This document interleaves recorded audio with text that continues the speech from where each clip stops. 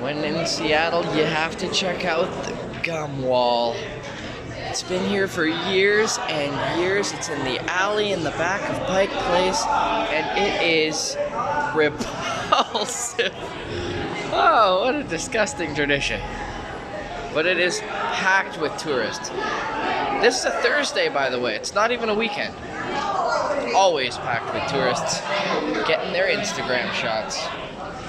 I am now here at the future home of the Seattle NHL expansion team.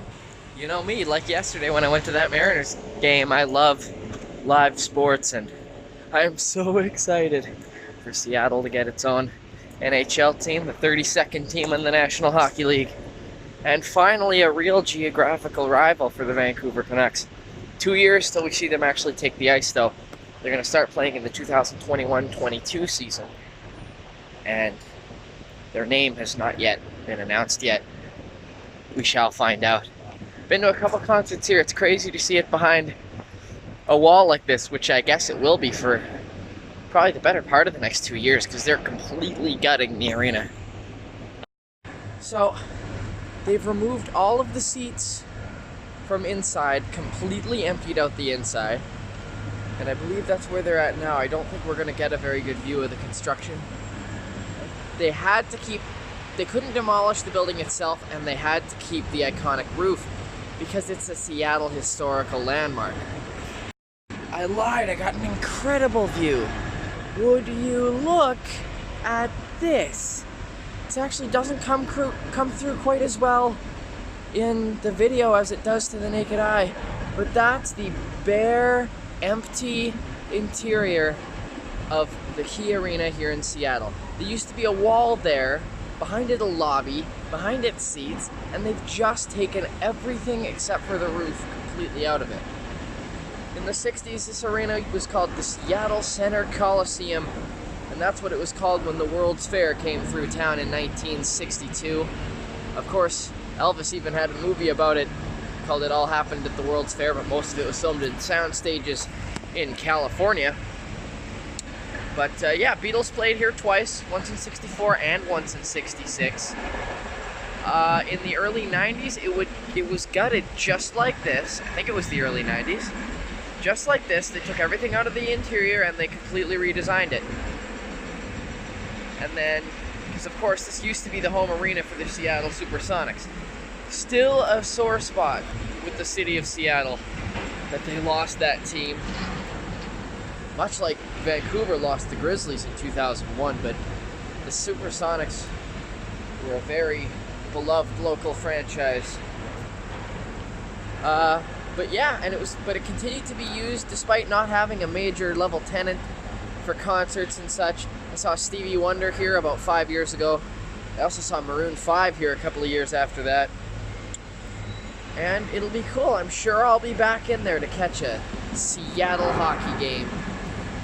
About time Seattle gets an NHL franchise. They'll be Stanley Cup eligible for the first time in just about 100 years. Of course, the Seattle Metropolitans were the first American team ever to win the Stanley Cup back in 1917. Now I'm here in the armory, really cool old military armory that has since been converted to like a cafeteria, eatery right in the center of Seattle Center. Really fashionable little place, actually. Always try to come and eat here at some point whenever I visit Seattle. Now here's a stage that I would someday love to perform on. What an incredible location. Here's the real reason I came to Seattle Center today. To visit one of my favorite museums, the Museum of Pop Culture, aka MOPOP. I've been here many times.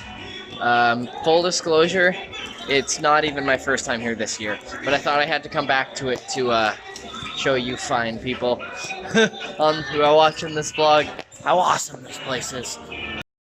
I am slightly offended. There used to be an original John Bonham drum kit up here, and now there's whatever in God's name this is. Alrighty. There's also this guy up in the roof.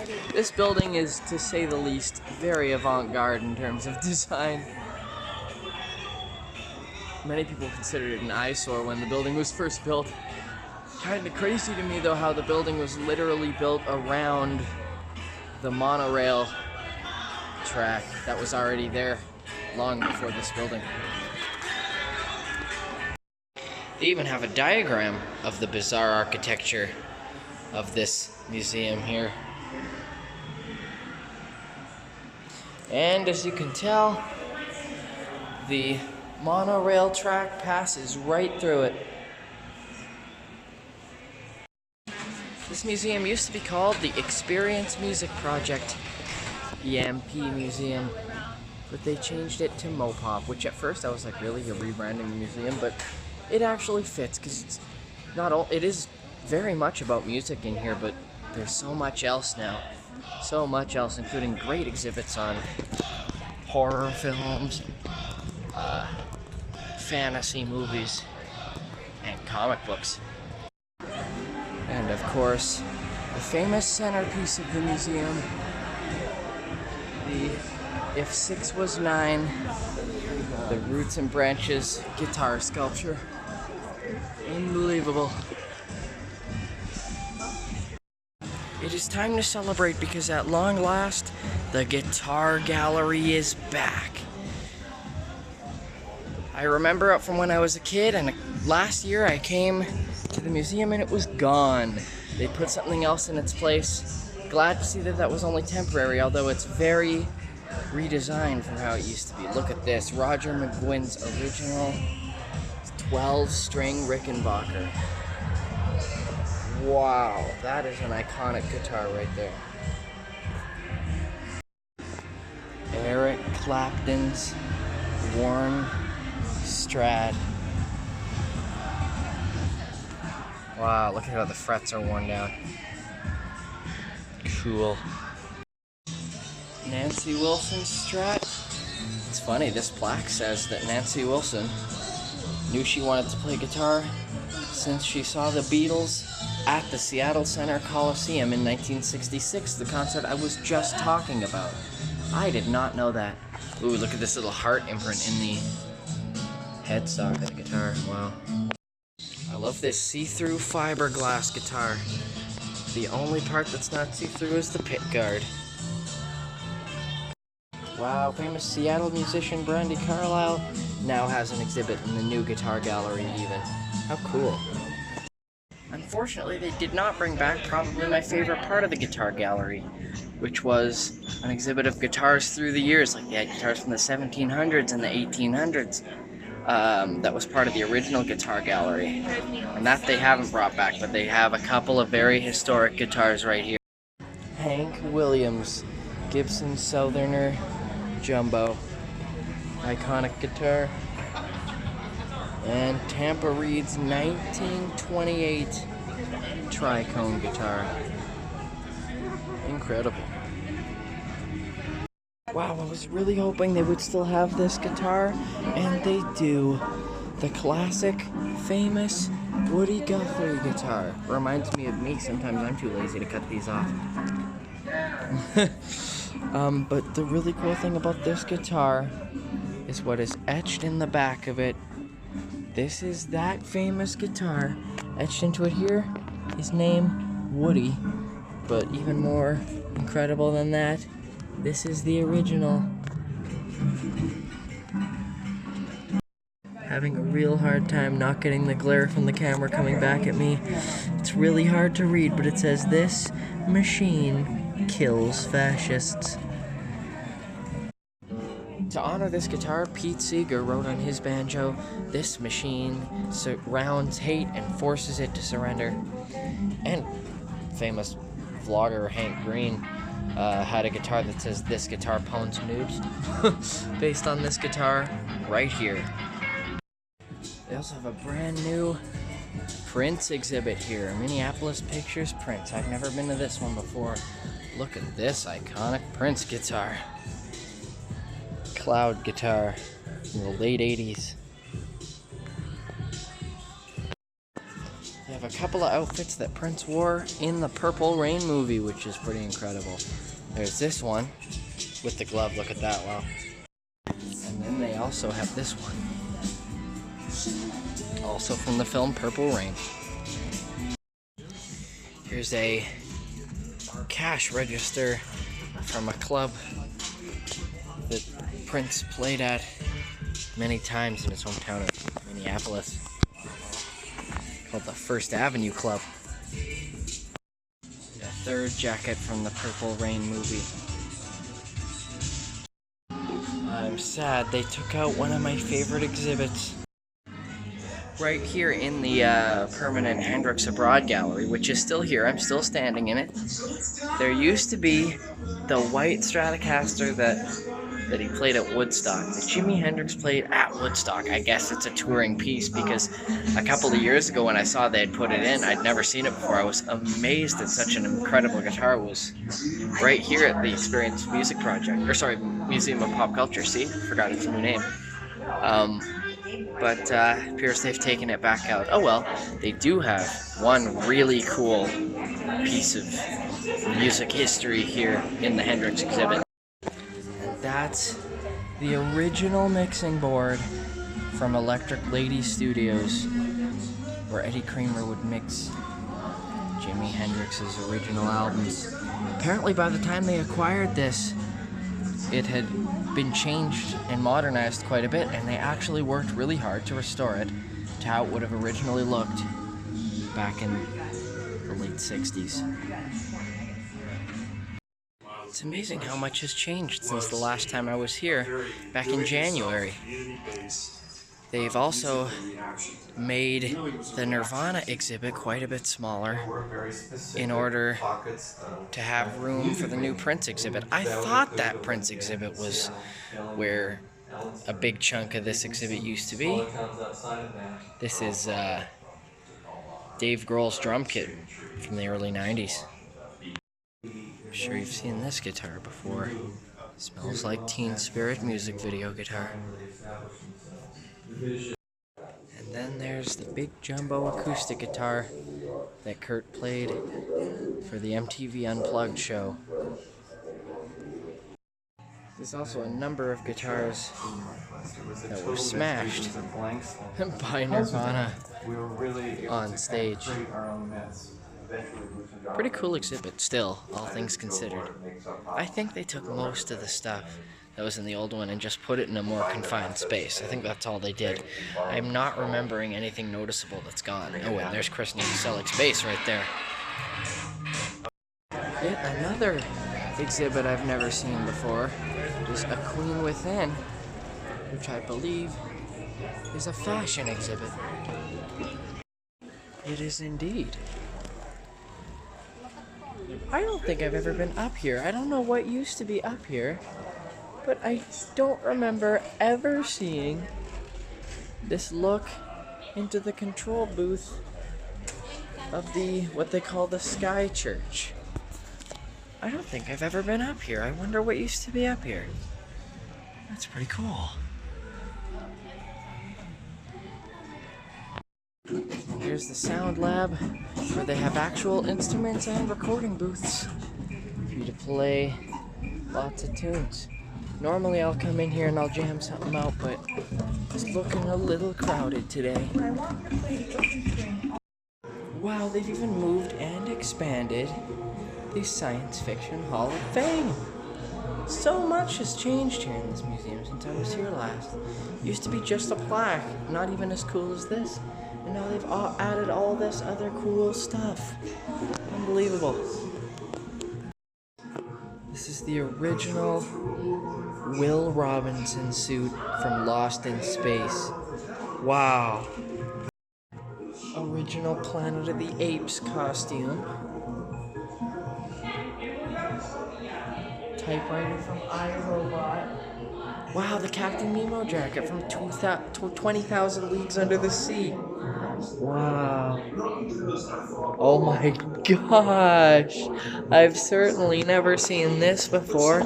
This is the actual McGonagall hat from the Harry Potter films. Philosopher's Stone specifically. Unbelievable. Wow. This is Indiana Jones' costume from the Last Crusade movie. Wow, some really stunning stuff here.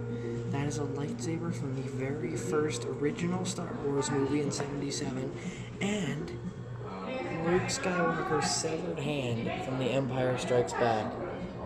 The screen-used prop. Wow!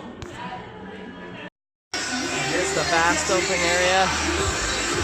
All the Sky Church. And that's where we were before, up looking out from that balcony.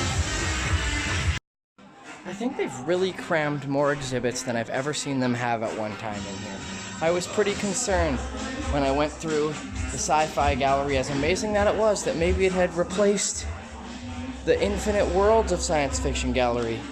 Looks like it has not. It's the Schwarzenegger Terminator suit and exoskeleton. And don't forget, Greedo from Star Wars. Yep, they even have the original Robin Williams Mork costume here. Rather disturbing enormous sand eagle prop from the 1997 film Starship Troopers. Look at that, an actual Dalek from Remembrance of the Daleks, 1988. Also, look at this, Ghostbusters exhibit. Yeah, that's right. Cool, the original proton pack from Ghostbusters 2, and the parking sign and Ghost Trap from the first movie. This is one of my favorites too. The hoverboards from Back to the Future. As well as a little slice cola drink there. How cool is that? Awesome. And then there's this significantly more terrifying exhibit. Scared to death of horror film. Genuinely creepy exhibit here. This is the special effects switchboard used in the Frankenstein movie and several other movies made by Universal between 1930 and 1965. As I've said before, I'm a huge Kiss fan, and believe it or not, this is a piece of history, as they say, as well. After Universal stopped using it, like 10 years after it had just been sitting in storage, band Kiss actually bought it and used it for some of their stage effects in the mid-70s. They used it very briefly. It didn't always work right, but created a really cool lightning arc effect on the Destroyer tour in '76. Interrogation chair from the movie Hostel. Even creepier, knowing that they actually used an old Cold War era interrogation chair for that film, making this prop even creepier. This is not my favorite thing to have to walk through. Walking Dead, stage used, rotten heads, severed heads.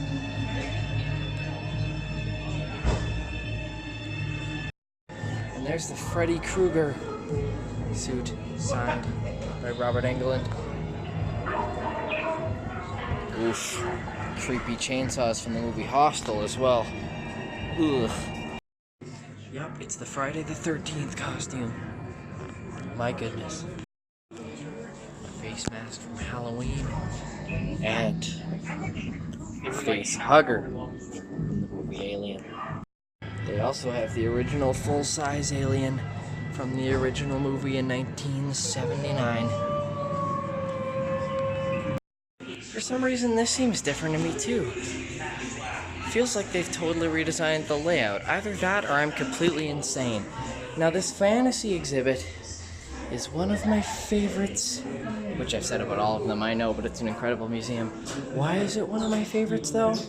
Because of the original screen-used props from The Wizard of Oz. Wicked Witch of the Wedge Hat. Wicked Witch of the West hat. And the famous Dorothy costume. They also have the original costume for the Cowardly Lion, and they've put it on this really cool plinth of the yellow brick road, and of course, one of the Reluctant Guards costumes as well.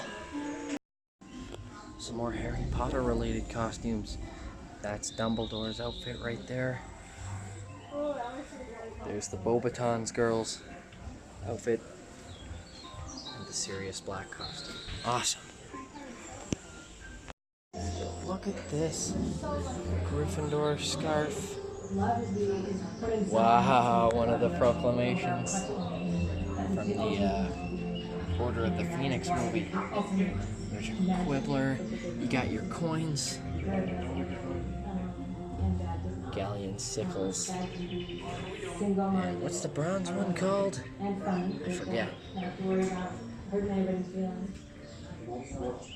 There's Ron Weasley's wand.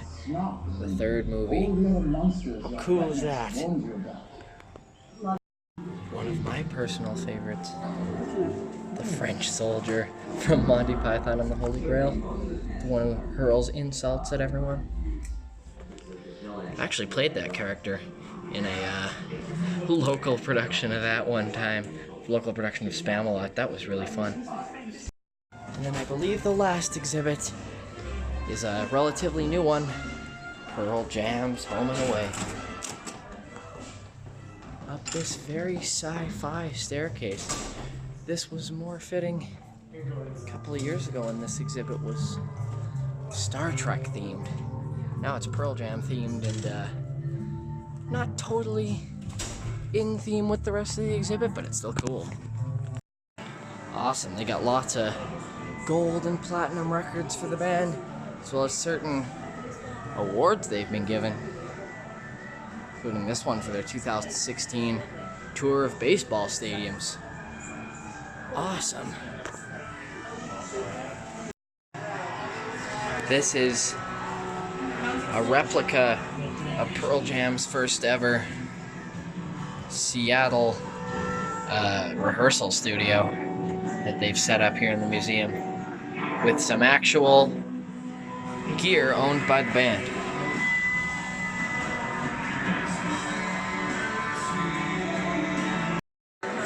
I've actually never seen Pearl Jam live, but I have seen Pearl Jam members do cameos at other people's concerts that I've seen 3 different times, because I go to a lot of concerts in Seattle and that's where they live, I guess. So I've seen Eddie Vedder as a special guest at the U2 show here in Seattle a couple of years ago, and I've seen their guitarist Mike McCready at a Ace Frehley show. That's Kiss's original lead guitarist, Ace Frehley. Had Mike McCready join him for a song. And also, I saw Cheap Trick on a bizarre night where their lead singer, Robin Zander, couldn't make the show because there was the hurricane in Texas a couple of years ago ravaged his house. So he had to go back and fix it. So they had a bunch of guest people show up, and one of them was Mike McCready again. So I haven't technically seen a Pearl Jam show, but I've seen 2 of their members. Awesome. I love the history of old arenas and stuff. This is a brick from the Philadelphia Spectrum, which was demolished 10 years ago, which was, I guess, given to a member of Pearl Jam. And there's a really cool sort of holographic, I don't know what to call it, little in-glass display of the Spectrum as well, and a seat in the Spectrum. Oh, so yeah, Pearl Jam did the last shows ever at the Spectrum, and so they were given all these things. I didn't know that. That's really cool. And they even have the Grammy that Pearl Jam won for the song Spin the Black Circle. Big, giant Pearl Jam logo. And some original handwritten lyrics for some classic Pearl Jam tunes.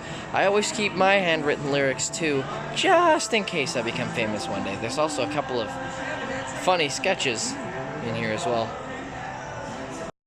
Oh wow, I didn't even realize that above us that whole time was a giant scenic bird stage prop that Pearl Jam used on tour for 4 years, and we also get a pretty cool bird's eye view of the whole exhibit from up here.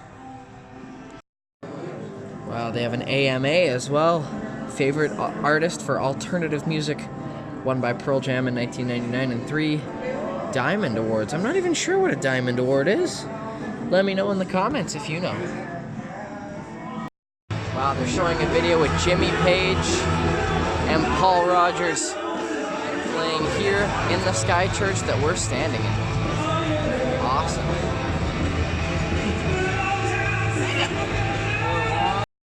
They also have an exhibit on indie video games in here.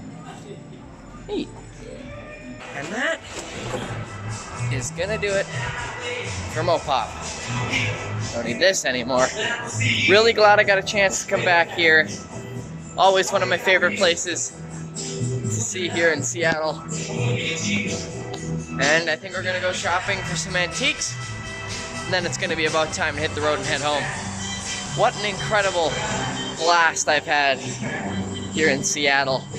Really glad I got the chance to do this. Kind of booked this 2-day little trip on a whim. So stoked that I did, though.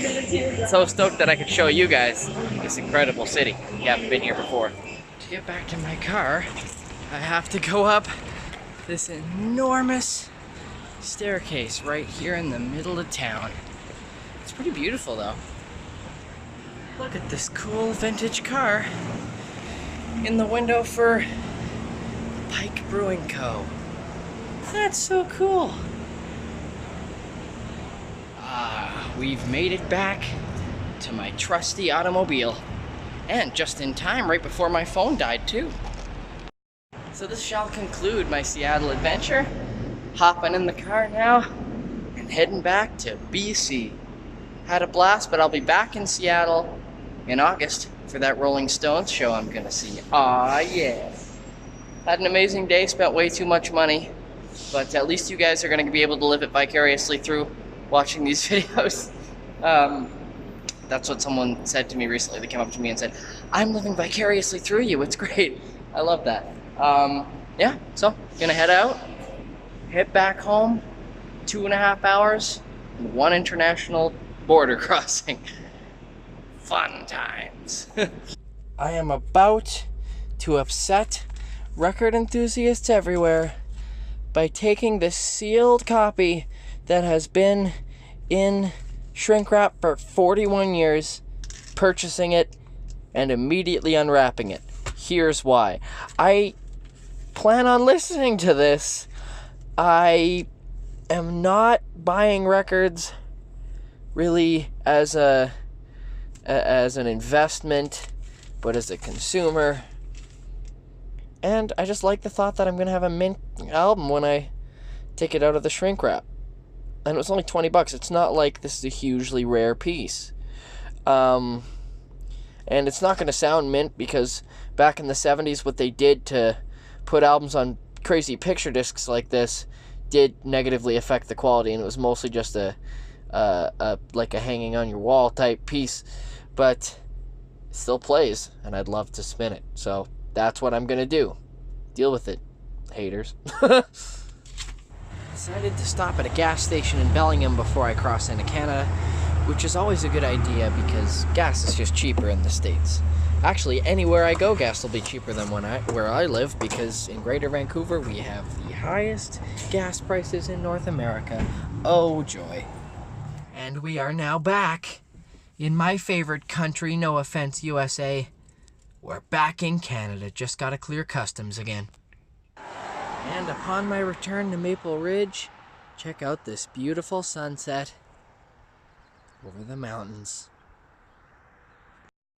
So that'll do it for this epic journey and this vlog. Like I said, I've been to Seattle a lot of times, and so I've done this drive back home a lot of times.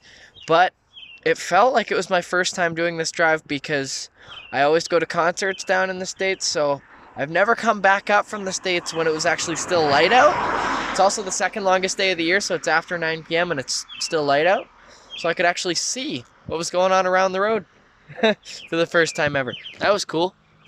Also, I should say, since I had to claim what I bought, I just showed the customs guy this. I was like, this is all I bought. It was 20 bucks. He was like, is that a Linda Ronstadt record album? I was like, yeah. He's like, what is the hit song on that? And I'm like, I don't know. Live Back in the USA is kind of a big hit. He's like, oh, okay. Weird. You're younger than me and listening to that. I was like, yeah.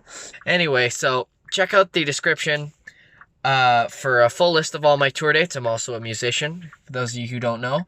And then also you can find out where to get my music, wherever it's sold or streamed online. Yeah, subscribe to this channel if you like this video and you want to be notified whenever I upload a new one, which will be tomorrow and every day for the foreseeable future. Like this video if you liked what you saw. Thanks so much for watching. We will catch you again tomorrow.